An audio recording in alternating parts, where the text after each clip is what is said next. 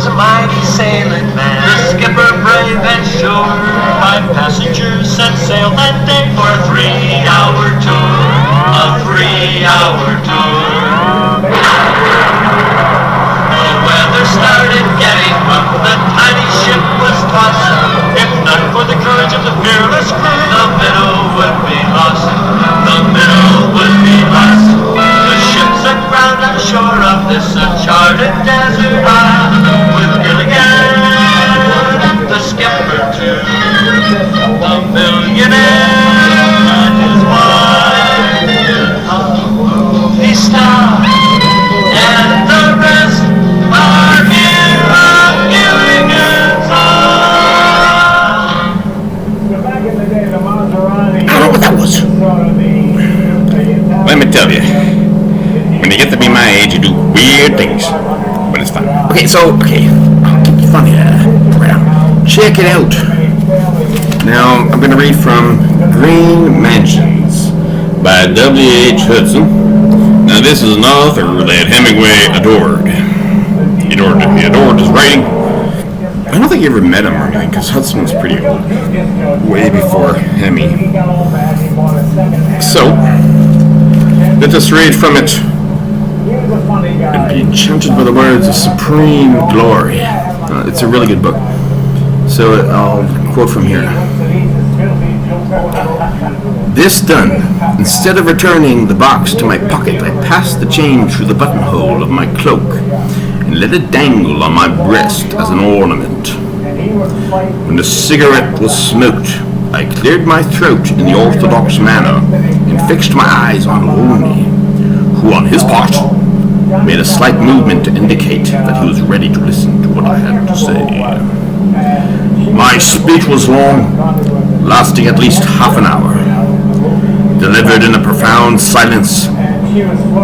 It was chiefly occupied with an account of my wanderings in Guyana, and being little more than a catalogue of names of all the places I had visited, and the tribes and chief or headmen with whom I had come in contact, I was able to speak continuously, and so to hide my ignorance of a dialect which was still new to me.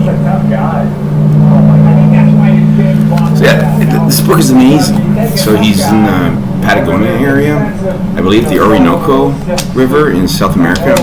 He also wrote The Purple Land, and that's the book that I've read that Hemingway really enjoyed. The Purple Land is amazing.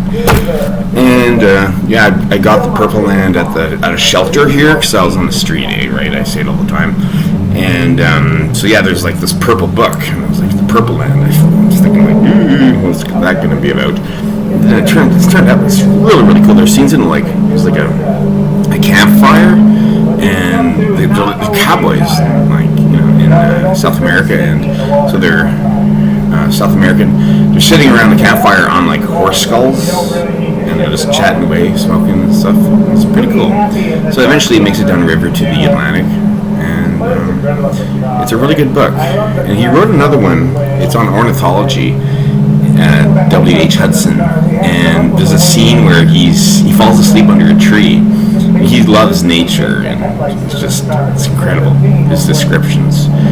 And so he's sitting there under the tree, and he wakes up, and there's all these birds around him, chatting away, having conversations, and communicating, and flying about, how birds do that. And that scene is very, humorous to me, because it's kind of funny, because I've woken up under trees before, and once feeding squirrels in parks and stuff. But it was so well described that I don't know, the scene stuck with me. I thought it was really well described. Okay, so that's Green Mansions. I highly recommend it. And my books are no longer on my coffee table. The Slumbering Monk, poems in haiku, and short stories. The Slumbering Monk is 5 stars at Goodreads. Thanks, Hazel. And Poems in Haiku is 5 stars at Amazon and at Goodreads. Short Stories is 5 stars at, at Goodreads. So yeah, and all the money goes to charity. I get maybe 84 cents per book after publishing costs. And so that's just the way the rock and roll plays out, baby. Gotta play the rock and roll on the guitar. Oh yeah. Play the guitar. Randy Rhoads, rest in peace, brother. I love your stuff. Right on. Salut! Salut!